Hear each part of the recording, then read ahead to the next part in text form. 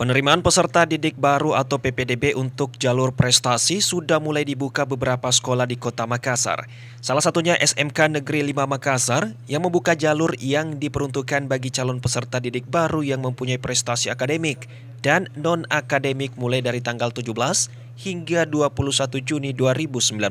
Syarat khusus jalur prestasi yakni diutamakan pada prestasi yang diperoleh pada kejuaraan yang diselenggarakan oleh Kemendikbud, Kemenak, KONI, Pemprov, dan Pemda, serta lembaga organisasi yang memiliki induk organisasi tingkat kabupaten kota, tingkat provinsi, dan tingkat pusat, yang dibuktikan dengan sertifikat dan piagam atau medali. Jenis prestasi yang diterima yakni di bidang iptek, seni, olahraga, bidang keagamaan, dan pramuka, seperti prestasi MTQ, PES Parawi, Olimpiade Olahraga Siswa Nasional, Festival dan Lomba Seni Siswa Nasional, Olimpiade Sains Nasional, Olimpiade Literasi Siswa Nasional, Olimpiade Penelitian Siswa Nasional, Gala Siswa Indonesia tingkat SMP.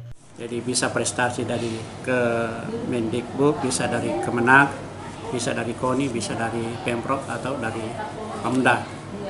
Di bidang iptek, seni, olahraga, kemudian bidang keagamaan dan pramuka. Itu.